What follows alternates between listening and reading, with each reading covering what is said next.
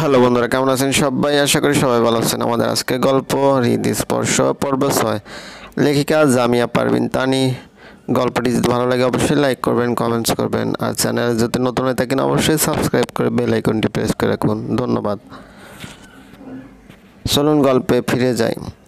দরজায় নক শুনে দরজা খুলতেই সাইমা দেখে সজীব মুখ থমথমে করে দাঁড়িয়ে আছে। সাইমা কিছুটা ভয় পেয়ে যায় সজীবের মুখটা দেখে। সাইমা কিছু বলার আগেই সজীব সাইমা বলে সাইমাকে জড়িয়ে ধরে বাচ্চা ছেলেদের মতো কাঁদতে থাকে। সাইমা নিজেও চিন্তিত হয়ে যায়। ছেলেরা কখনো কাঁদে না। সজীব এর এমন কি হয়ে গেল যে এভাবে কাঁদতে হবে তার?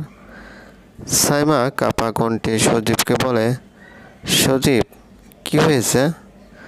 সাইমাকে ছেড়ে দিয়ে সজীব চোখ ছলছল দৃষ্টিতে বলে, আম্মা নেই সাইমা। মানে? এক্ষুনি বাসায় চলো, রাস্তায় যেতে যেতে সব বলবো। নেই মানে? কি হয়েছে ওনার? খুলে বলুন। কণ্ঠে অনেক উত্তেজনা। আম্মা মারা গেছে।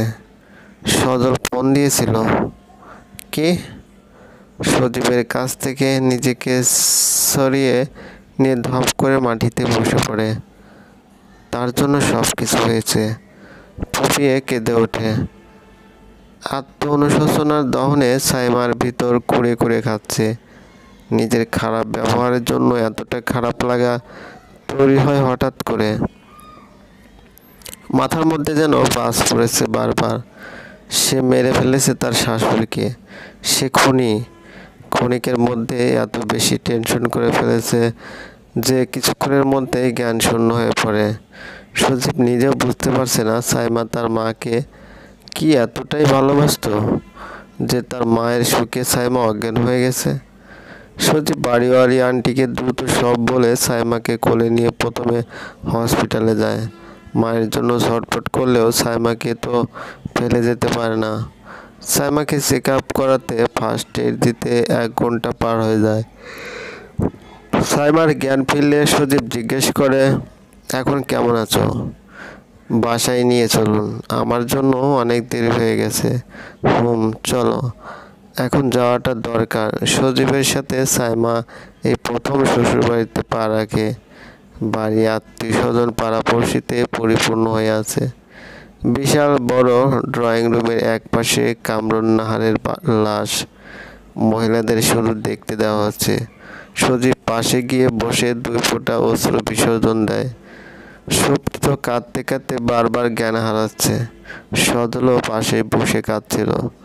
সাইমা কামরুন নাহারের পা বরাবর বসে পড়ে। পা দুটোতে হাত দিয়ে বিড়বিড় করে ক্ষমা প্রার্থনা করে।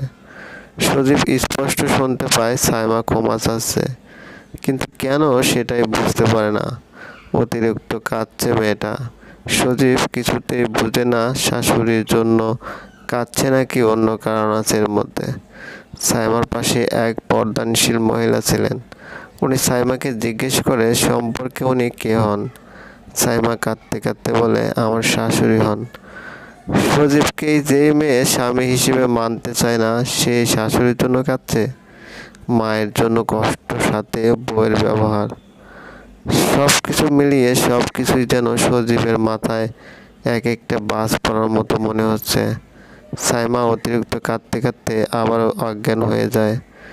পাশের ভদ্রমহিলা সজীবের সাহায্যে সাইমাকে ঘরে নিয়ে আসে। মুখে পানি ছিটা দেয়। ভদ্রমহিলা মাথায় হাত বুলিয়ে দেয়। শক্তিও কাঁদতে কাঁদতে জ্ঞান হারায়। ওকেও সাইমার পাশে এনে শোয়ানো হয়।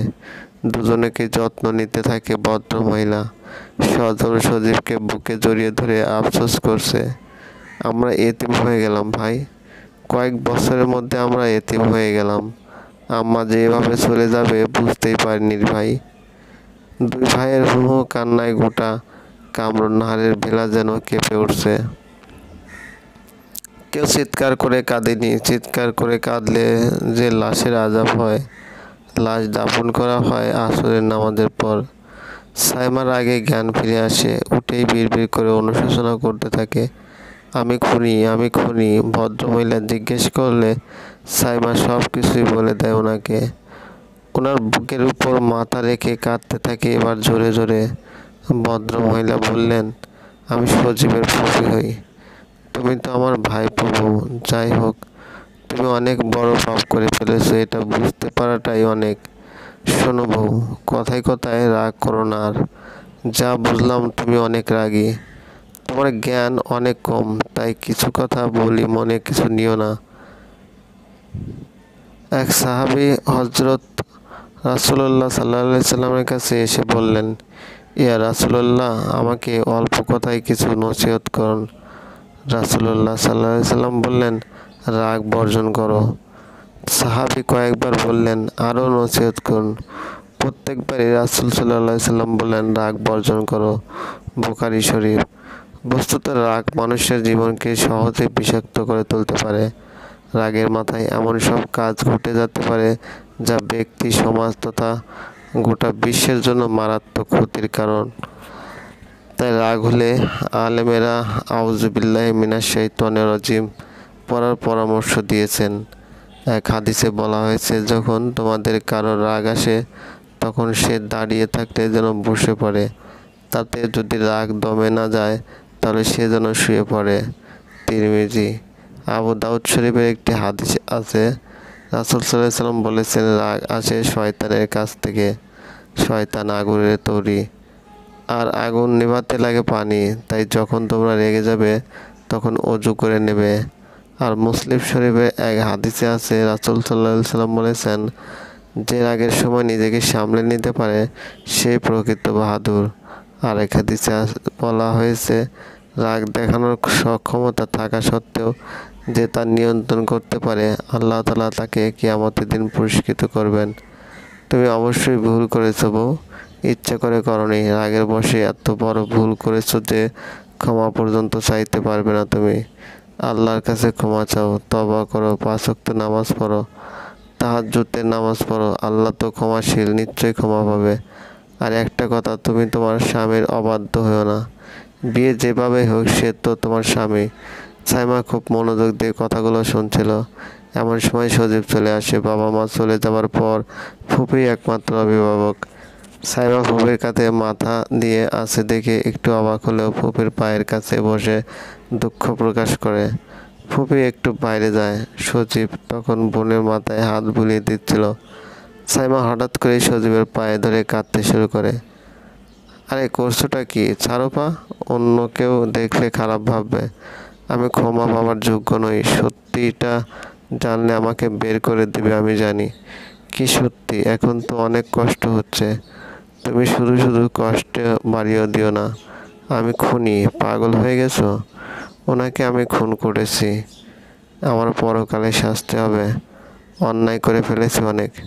তুমি শুনলে আমাকে ঘৃণা করবে, এতটাই যা জঘন্য আমি। কি? উনি আমাদের বাসায় গিয়েছিল, আমি খারাপ বিহেভ করেছিলাম। উনি মনে কষ্ট নিয়ে চলে আসেন। পরে তুমি বাসায় গিয়েই বলো উনি আর নেই। তুমি এত নীচ?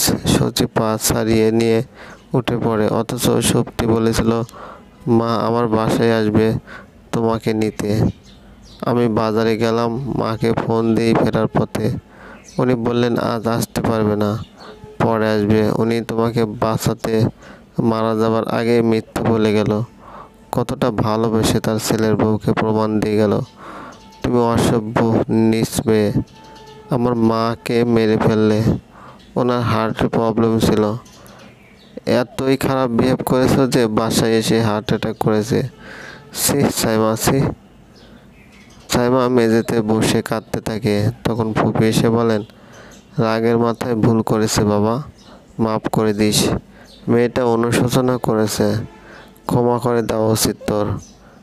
আমার মায়ের খুনির সাথে কিভাবে সংসার করবো ফুপি? কেউ ভুল করে তওবা করলে আল্লাহও ক্ষমা করে দেয়। চিন্তা করে দেখ তুই কি করবি। সুপ্তির জ্ঞান ফিরে আসে, তখন লাস্ট কথাটা শুনে নেয়। তখন সুপ্তি নিজ চোখে দেখে সাইমা সজীবের পা ধরে কাঁদছে। সুপ্তি সজীবকে বলে, ভাবি আম্মাকে খুন করেছে। ভাইয়া, কিভাবে? সাইমাকে সজীব জোরে করে পা থেকে সরিয়ে দেয় এতে সাইমার মাথা দরজায় লেগে মাথা অনেকটা কেটে যায়। সাইমা সজীবের দিকে একবার তাকিয়ে জ্ঞান হারিয়ে ফেলে। ফুপি সজীবকে এবার ধমক দিয়ে বলে, ওর আর তোর মধ্যে পার্থক্য তাহলে কোথায় থাকলো? ওর তোর মাকে মারার জন্য প্রভাবিত করলে তুইও দায়ী পরোক্ষভাবে।